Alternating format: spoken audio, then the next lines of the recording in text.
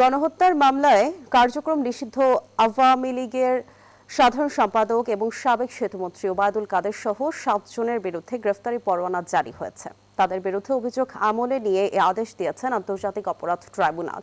বৃহস্পতিবার দুপুরে এ আদেশ দেয়া হয়। সকালে ট্রাইব্যুনালে অভিযোগ দাখিল করে প্রসিকিউশন।